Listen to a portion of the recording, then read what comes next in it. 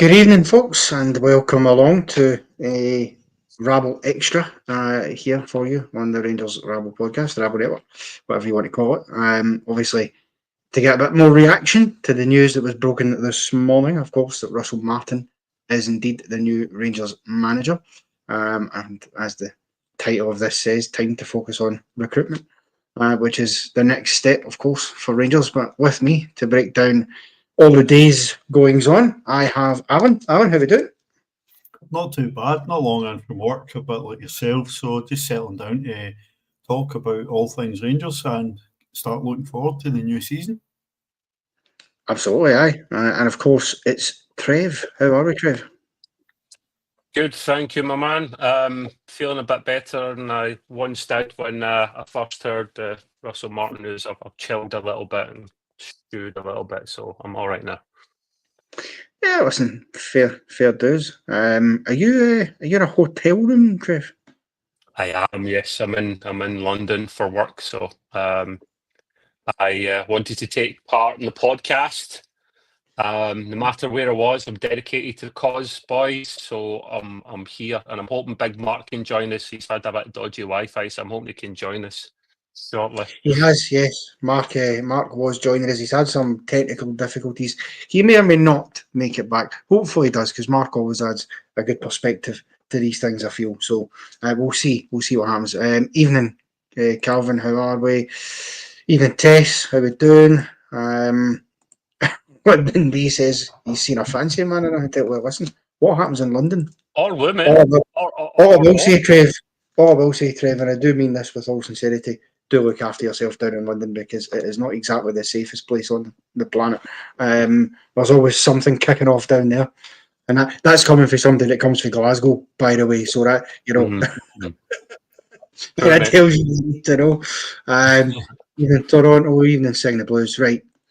Now, typically, right, as Alan said in his intro, folks, I'm not going back in for work, as is Alan.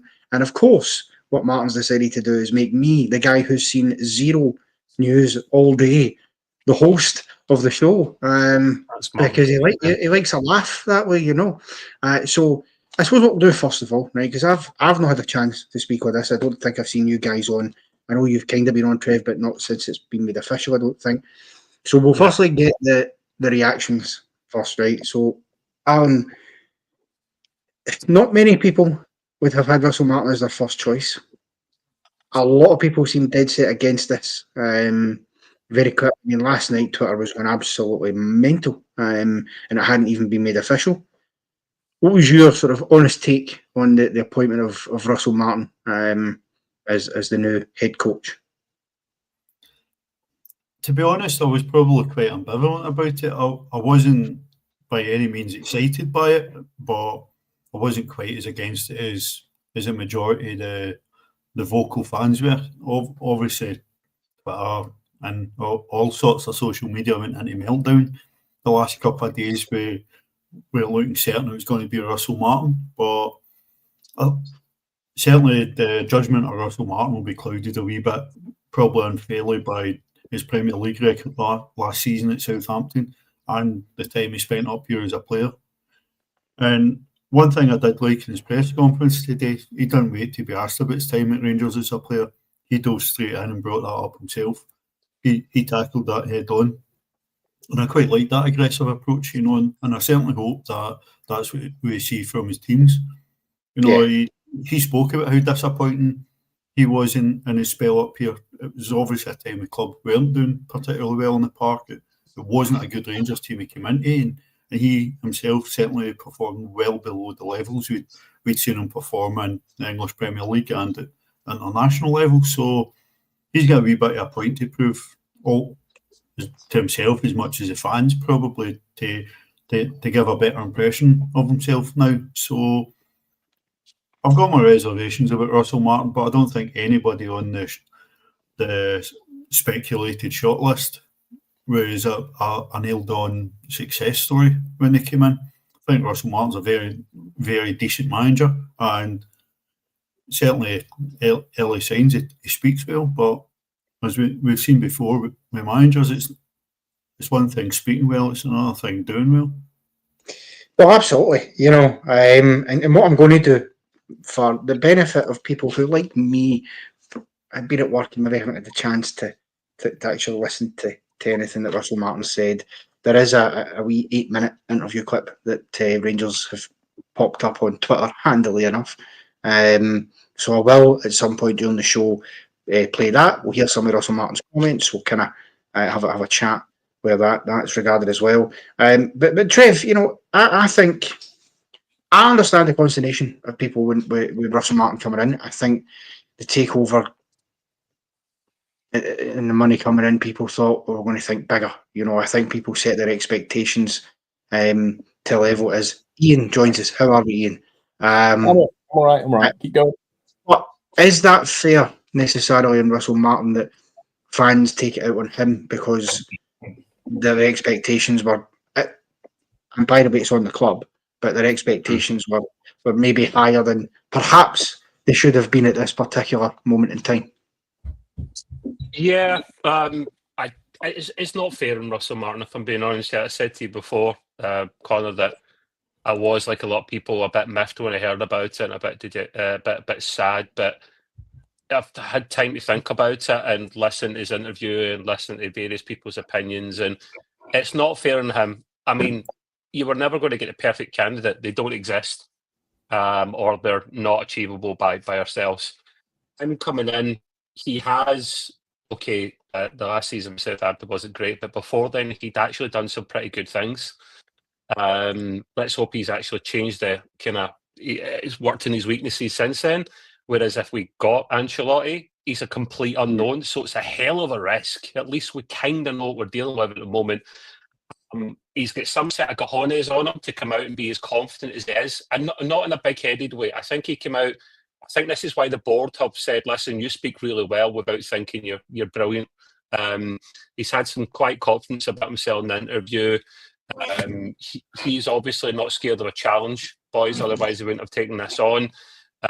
He did make an important comment. He's never been first choice at any club he's been at in the past, which surprised me, but didn't surprise me at the same time. So I think the board have seen something in him that over multiple conversations between him and the other front runners, and they went with him in the end.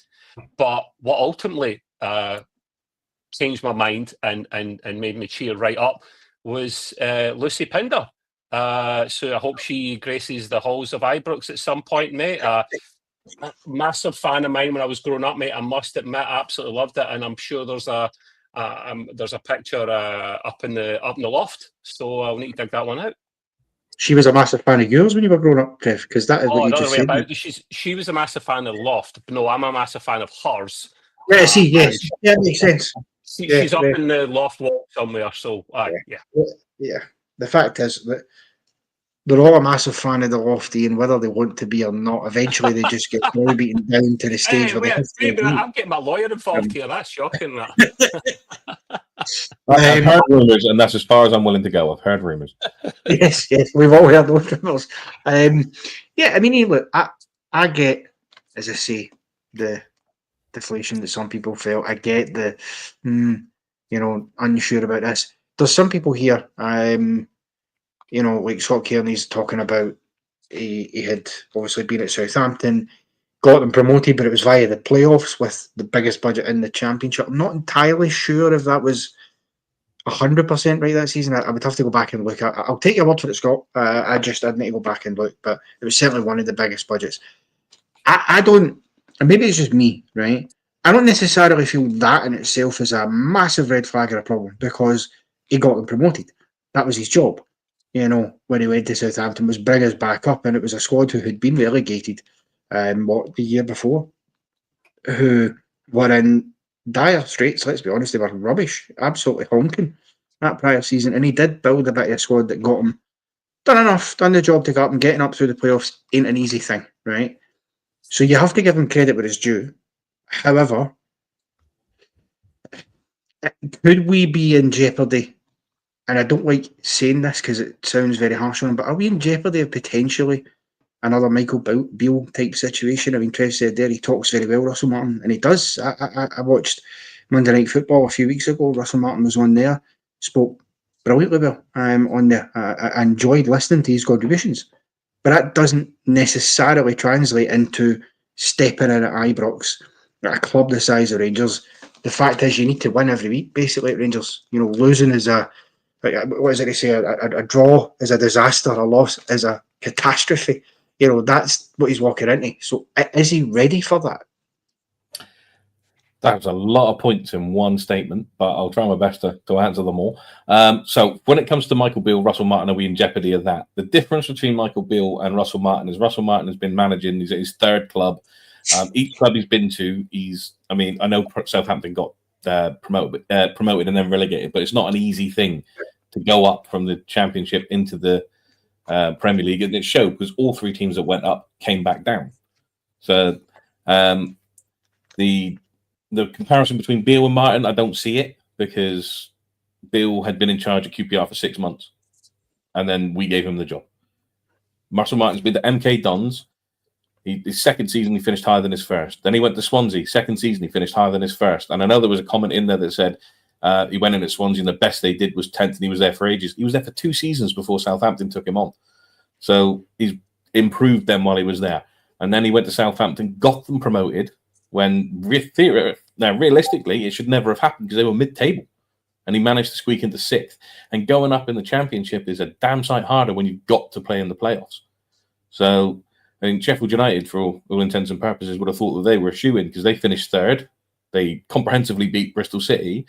And then they went to Wembley, went 1-0 up, and everybody thought that was it. It was done. And Sunderland ended up turning it and went up. So it's notoriously difficult to get up from the Championship. So you've got to give him credit where credit's due. His Premier League season didn't go brilliantly, granted, but how many relegated teams go up and are actually successful in that time? I don't think we're in an issue of a Martin is like a Beale. I think he's a better manager than Beale already. Michael Beale then left us, went to 2 other clubs. I mean, he got sacked twice in one season. That's how good Michael Beale was. He got sacked twice in one season. And no one's seen or heard from him since until Russell Martin took over and TalkSport thought it was a great idea to get him to come on and talk about Rangers when nobody at the club cares what he's doing and where he is. The point in fact with Beale was the fact that when the rumour was it was Gerrard, everyone was, that's fine, but don't bring him back. So I think Russell Martin, he's not my first choice, wasn't my first choice. I've been very vocal about that. I said that my first choice overall out of everybody that was on that list was Edin Terzic, but it wasn't going to be him. So from the 3, and I've heard rumours that we interviewed 9 people. I'd like to know who these 9 people are. But out of the 3 that eventually got it, Russell Martin was the best candidate. They've chosen him. We've just got to get behind him. I think some of the furore of him coming in and the comments I've seen and heard and the way people are talking is kind of a little bit ridiculous. Everyone's entitled to their opinion, granted, but let's calm down a little bit. Let's see how the season starts and go from there. Yeah, I mean, you can't start off on a foot of, don't like this guy, don't want him here, when you've not really, give him a chance to see what he can do yet. And of course, there's a transfer window coming up, as is the title of this show, about focusing on recruitment. And that's going to be huge for him, Al, because I think, and maybe I'm wrong, but Clement lent far too much into the, buying for the future, the prospect player type of purchase. Apart from 1 or 2, like a Czerny, for example, you've got to give him credit where it's due for that. It's a good signing. Where do you see Russell Martin going? Will he dip into that English Championship market because he's familiar with it? Is he going to be bold enough to actually bring in some experienced players as well as the youth? Because that's the blend we need. And right now, we're probably looking at a striker, maybe 2 midfielders, certainly 2 defenders is required, no doubt about it. We need a couple of centre-backs and probably a new goalkeeper, because I think we're all expecting Jack Butland to leave in the summer. I think we're expecting a lot of changes, and now that Russell Martin's in place, we can actually start seeing some activity in terms of the transfer front, both in and out.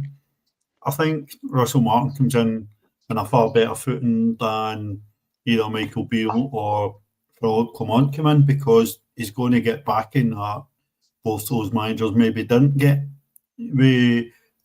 Not just in terms of money spent, because Michael Beale spent quite a bit of money, and quite recklessly, but both Beale and Clement were taking on challenges and responsibilities that a manager or a head coach shouldn't have to, because there's too many key roles been vacant at the club in the last few years.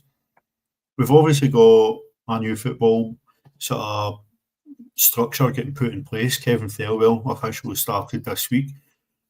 Dan Purdy's in.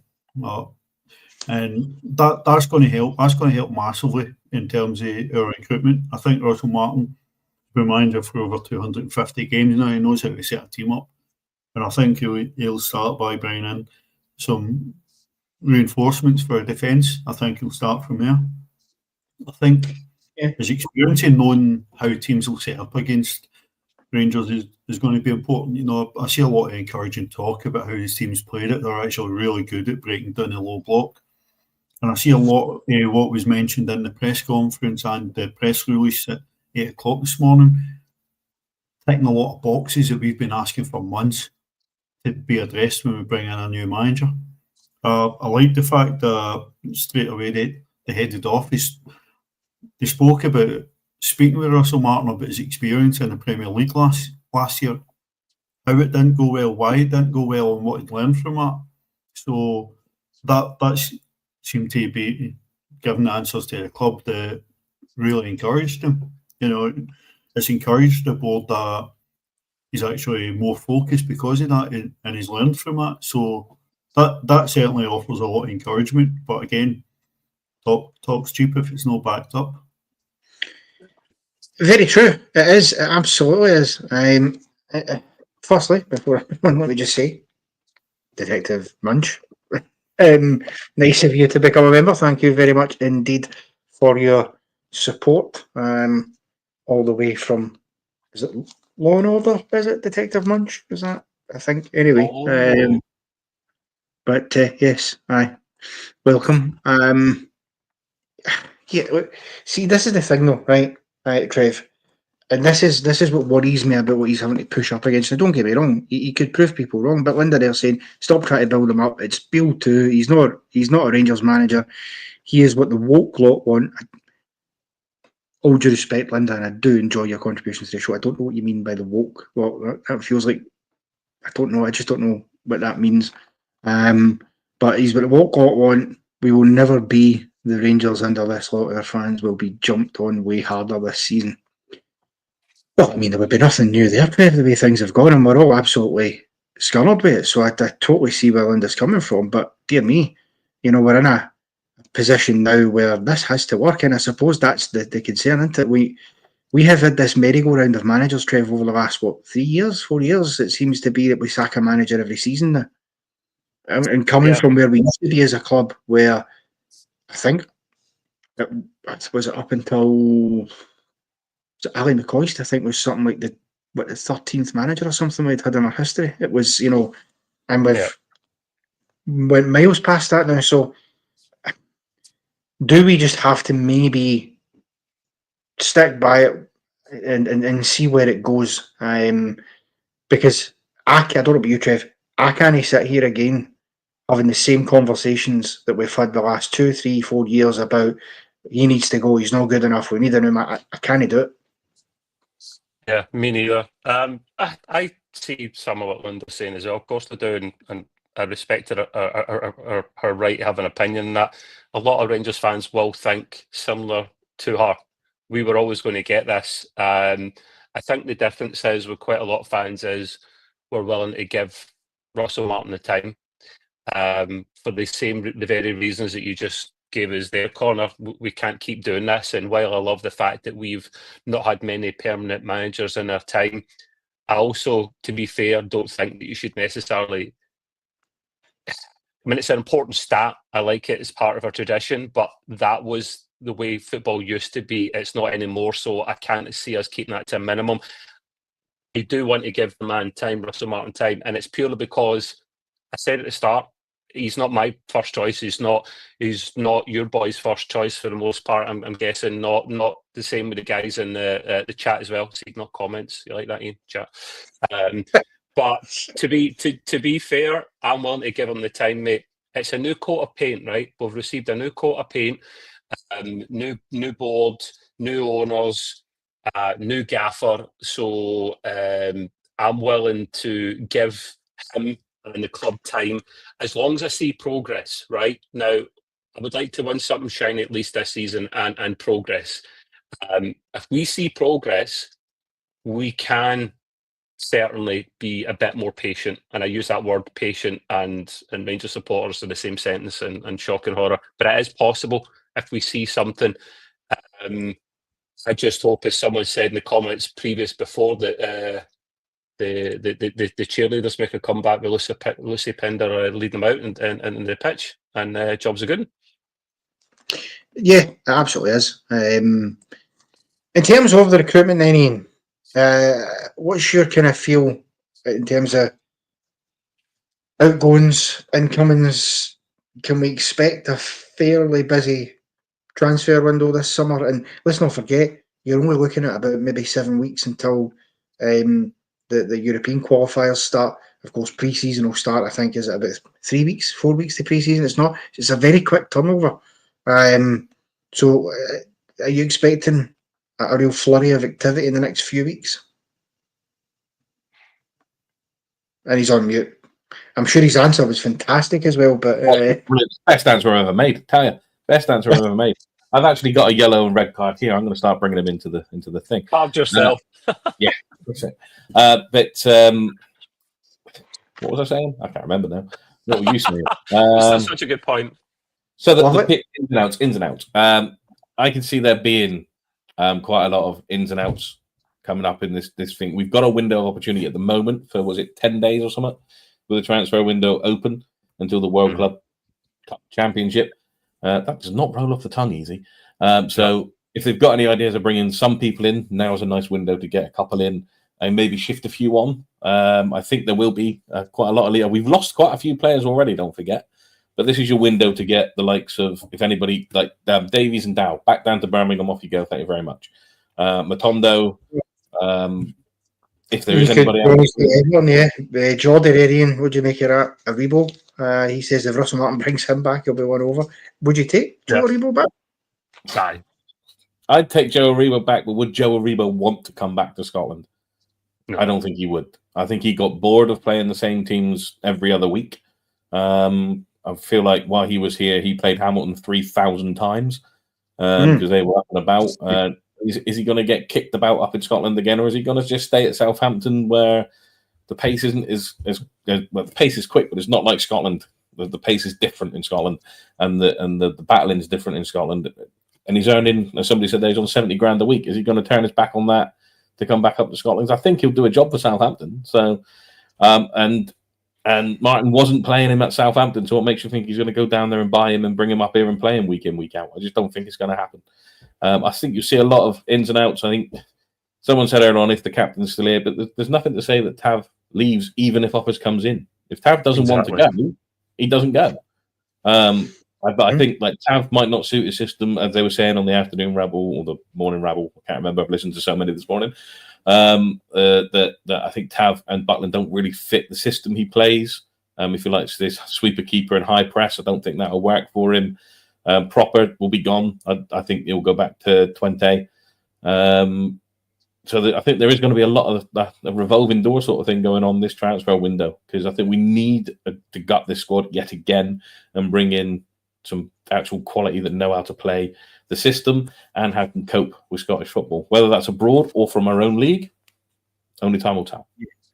Absolutely. And can I just say, by the way, now that we've got Russell Martin in charge at Rangers, we really need to find a way to separate church and state here a bit, because I can't. Every time I see a comment saying that Martin has to do something, my head just instinctively thinks of other fair, I saw his football manager thing with when he was Rangers, and he never played a Rebo either. So, no, I mean that is true. They do share more than a name in common. That's true. Russell. Let's call Russell Martin Russell, and Martin can be Martin or Bob Agnes, whichever you fancy. I mean, he'll answer to either, I'm sure. But Bilbo Bob Baggins. But anyway, let's have a listen to some comments that Russell Martin has made, shall we? Give me a chance to hear what he's had to say, and give some of the fine folks who are joining us a chance if they've not heard them. Right? Let's make sure I'm mute, by the way, lads, for the purposes of echoes. Where is it? Here we go. It's certainly been a busy day for yourself, but we'll come back to Ibrox. How does it feel to be appointed as Rangers head coach? Yeah, thank you. It's an amazing feeling. I'm really, really proud. I'm really grateful and humbled to be here. It's an amazing opportunity, amazing football club, and I am really excited to get going. I'm tired. I had very little sleep. I got back from holiday last night with my kids, and then had to wait to sign my contract and then get to bed and up early for an early flight. But yeah, I'm really excited to get going now. Yeah, why was this the right time and the right place for you to get back into management? Yeah, I said it was the right place at the wrong time last time I was here because I really felt that the club's brilliant. So the fan base, the intensity of the support, how much people feel and care about it, and inside the building as well. The people that worked here and I had a brilliant relationship with, so I'm looking forward to reconnecting with a lot of them people. But just the sheer enormity of it, really, the challenge, the excitement to build something and to win together and build some momentum and energy that can be so powerful. And we've had a lot of opportunities to get back into work since we left Southampton, but I didn't want to take a job just for the sake of it. And then when I knew this one was a potential option for us, I just was desperate to get it, really. It was my number one choice, and I said that from the start, and now I'm absolutely delighted and honoured that we're here and I'm sat in this seat. So yeah, it was just the excitement of all of it. New ownership, fresh energy, Kevin and Patrick and how they've been throughout the process with the ownership group as well, and the chairman, Andrew. It's been really interesting couple of weeks. It's been thorough and it's been intense and it's been tough, but it should be to get a job at this club. So I'm really, really pleased. Yeah, you obviously know Rangers from your time as a player, as you mentioned. What can you take from that, and what do you learn now going into obviously your head coach role? I think a huge amount. So I felt at the time really disappointed about how it went on the pitch, because I came with the aim of trying to stay for as long as I could as a player. And then I remember having chats with people around the club at the time when I knew I'd be going back to Norwich, and about the potential I wanted to come back one day and manage and coach here, and it's happened. So I'm absolutely over the moon about that. But I think I learned so much just about the environment, about the demands of the place, about what it takes, how much and how difficult it is to be relentless to win, and win in a way that connects with the fans and the supporters, and they have a team that they identify with and they believe in. So we're here to do that. We're here to win in our way, to focus on ourselves, to get better, to improve, to develop whilst we're winning, and to develop something that is long term for the club in terms of a way of doing things, a culture on and off the pitch, because it's not separate, of hard work, honesty, intensity, courage. I'm really looking forward to putting the team on a pitch that reflects that. Okay, that'll kind of do it there. There is about another 4 or 5 minutes of that interview. You can pop on the Rangers Twitter, X. I still call it Twitter because it is Twitter. And you can obviously go and watch the rest of that for yourself. And there's a whole press conference as well from earlier in the day. So there's more to hear from him, but I felt it prudent, Alan, that we at least hear some of what he had to say. Interesting, some of the comments he made about being here to win. He wants a team in the pitch, honesty, integrity, all the buzzwords, right? The things that you want to hear your manager saying. And I've yet to come across any manager who goes into any football club and says that they're not there to win, because that would be a foolish statement to make. But I'm interested in the part about his time as a player. We kind of briefly touched on it. When he came to Rangers, let's not kid ourselves here, Alan. He walked into a shit show at Ibrox when he came in as a player, which is sort of ironic because he's walking into the exact same as a manager.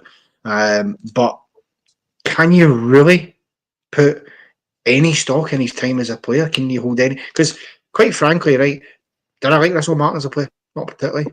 Was he the biggest problem we had at the club at that time? Was he the worst player we had? He wasn't even close to it, in my opinion. But I don't know how much of that you can use to compare. But Russell Martin, the player at Rangers, was pish, so therefore he'll be pish as a manager. Would that be a fair comparison? Because I feel it would be a bit out of step. I think you use it in a different way. I think he's had the experience of the pressure the teams can put on Rangers when they're not performing well. I think he's seen how teams will have their tails up. He'll have seen the prep work done by the manager at times, showing highlights of St Mirren or whoever playing against other teams in the league, and then it's a totally different team. It comes and plays at Ibrox against Rangers in terms of the effort level. So I think his exposure to that firsthand will be crucial in being able to manage and knowing what he's going to come up against. He's coming up, yes, he's taking on a bit of a shit show, but he's taking on a bit of a shit show at a time where things have been put in place that have been missing for a long, long time at Rangers, and there's a lot of hope at this point in time that we're going to go out and actually start operating like a top club again. We've been feeling we've been trying to coast for a bit too long, trying to just do enough to get by. We've signed poorly. We've signed players who are clearly decent football players, but don't have very fit for Scottish football. Don't understand that just because the quality is not in Scottish football, it's easy. It's very, very important that we separate those two things. Just because the quality is not of the English Premier League or Serie A or La Liga doesn't mean it's easy to come in to a club like Rangers and just coast. You've got to be up for it and understand just how difficult teams make it to play against. So I think Russell Martin's 6 months here in a really poor Rangers team will actually help his approach to managing Rangers.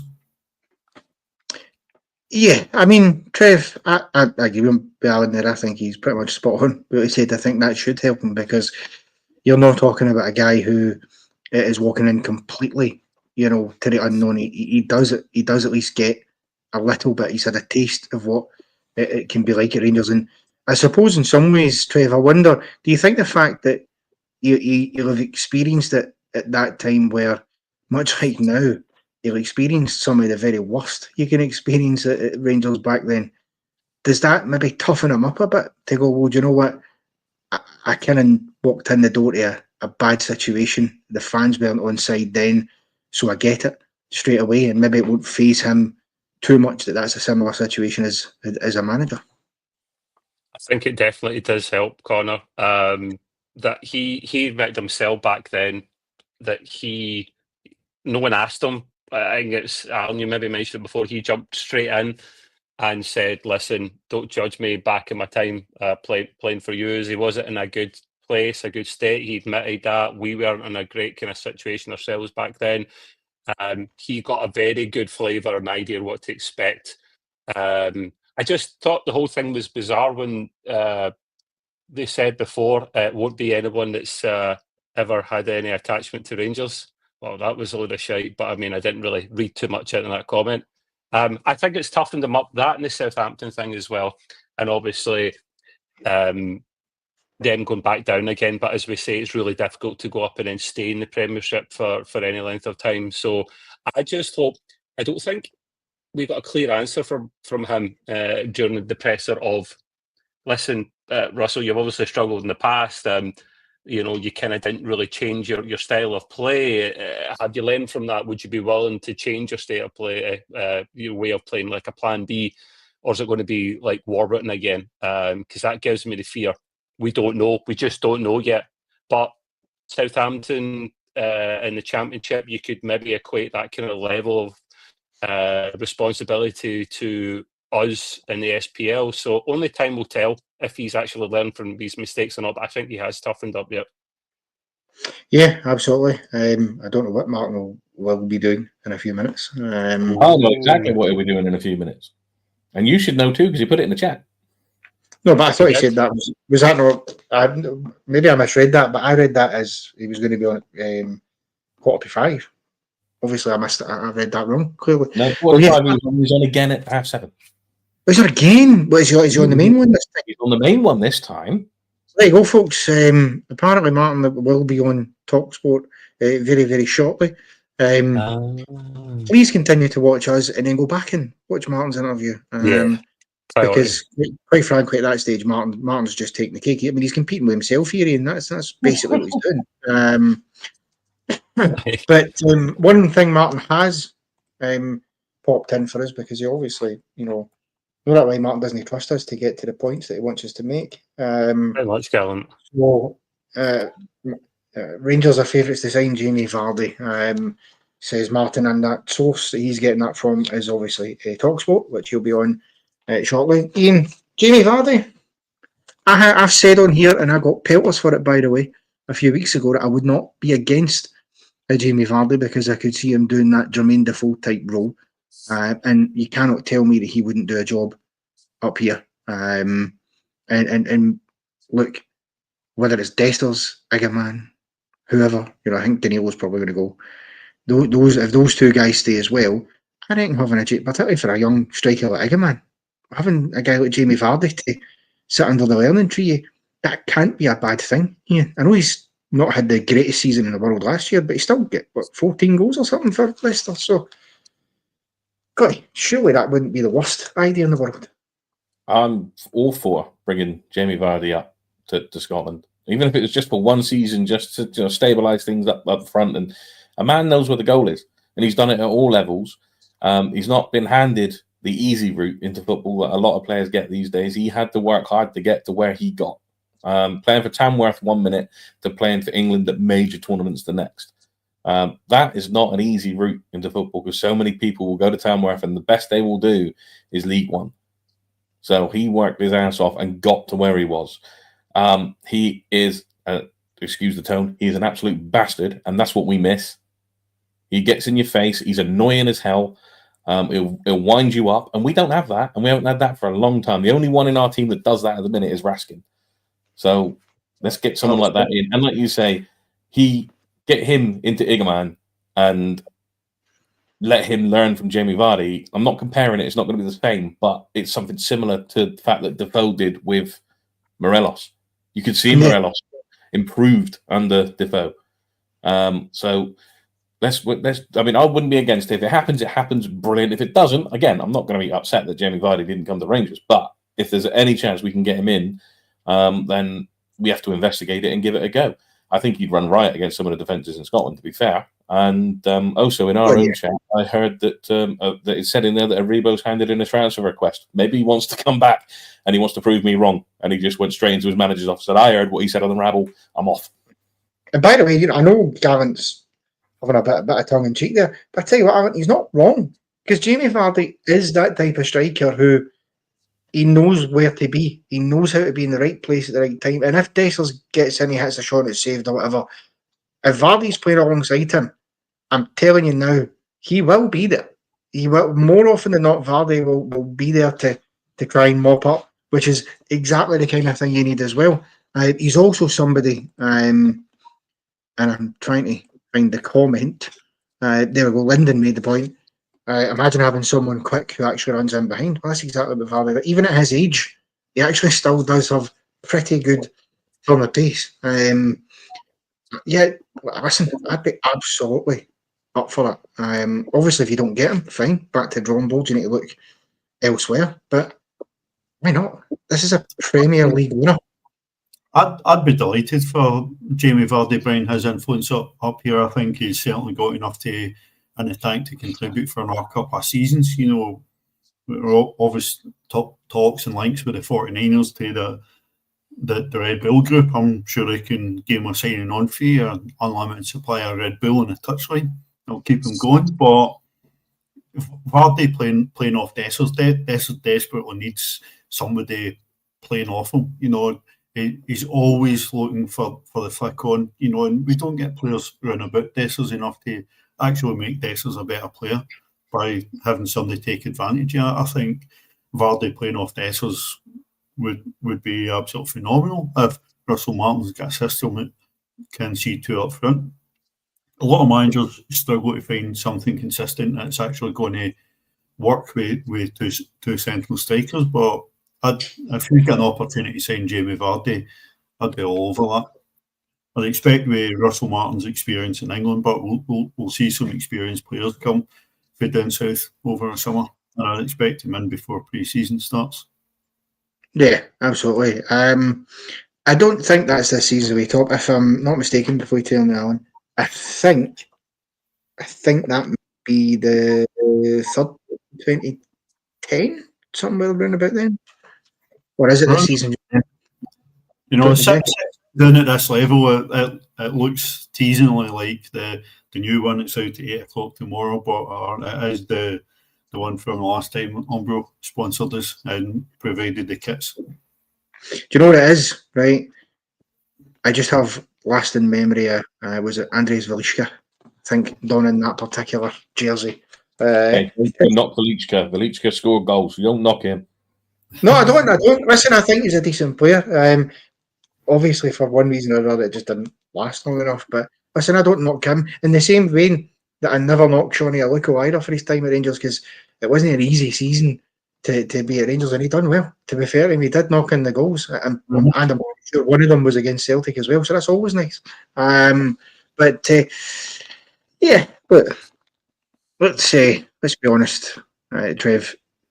I don't really think many people who are watching this and who have seen the appointment of Russell Martin are going to be sitting there thinking, well, we're going to get our wish that Big Tav is not going to be captain anymore.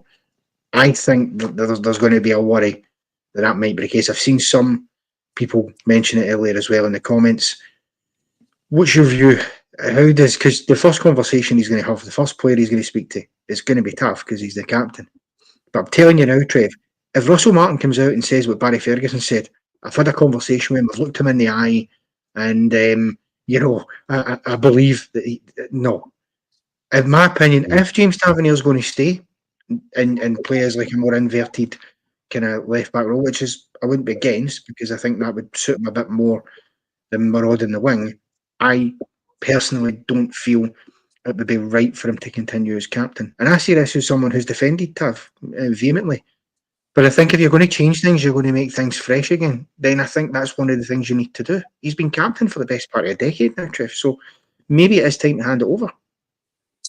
And Barry wonders why he's no longer continuing on the position as manager of Rangers, saying things like that. He must have had the blinkers on. I think it's well known here. I'm not a fan of Tav. I loved his stats for attacking. That's the main thing he had, and that's starting to go.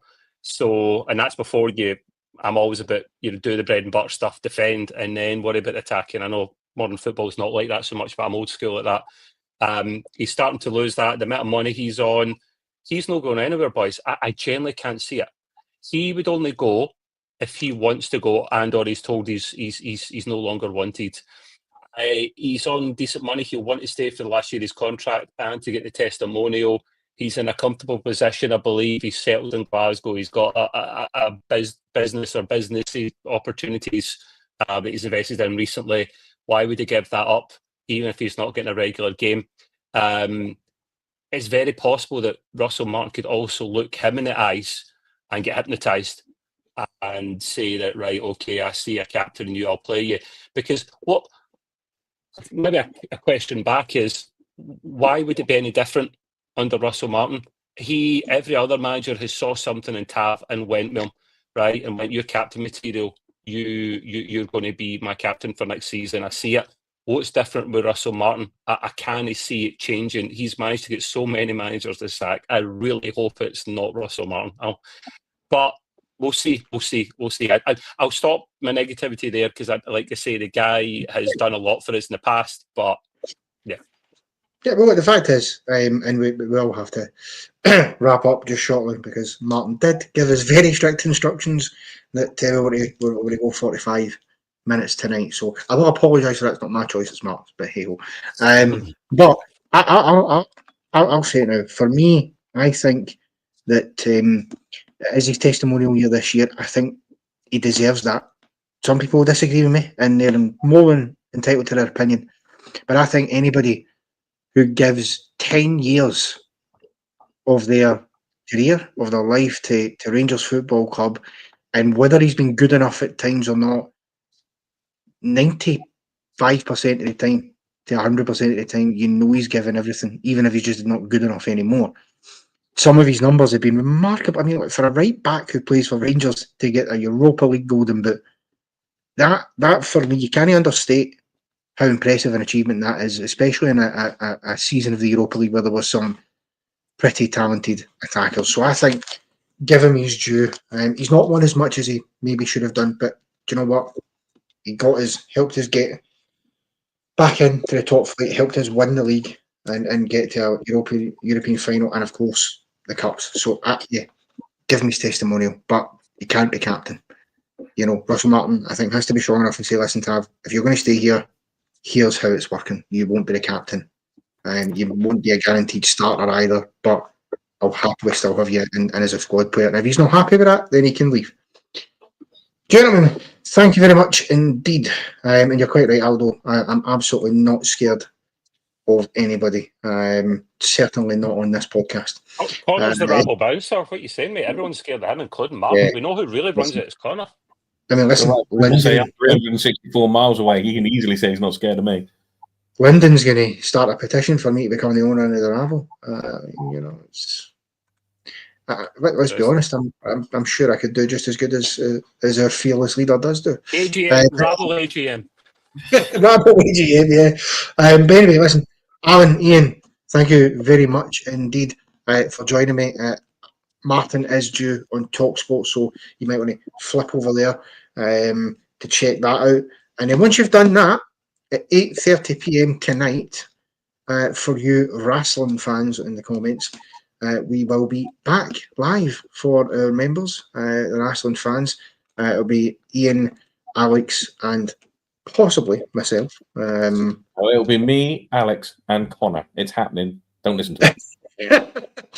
So yeah, make sure you tune in for that. That gives you time to watch Martin, get a cup of tea, and then get yourself parked back in front of a television screen or a laptop, whatever device you watch it on, and catch us. Until then, and it will be, yes, but that's because the wrestling is mine and Ian's ball, and Martin just doesn't get a say in it. That's just how that works, basically. But yes. Until then, we'll see you at 8:30. Enjoy the remainder of your evenings.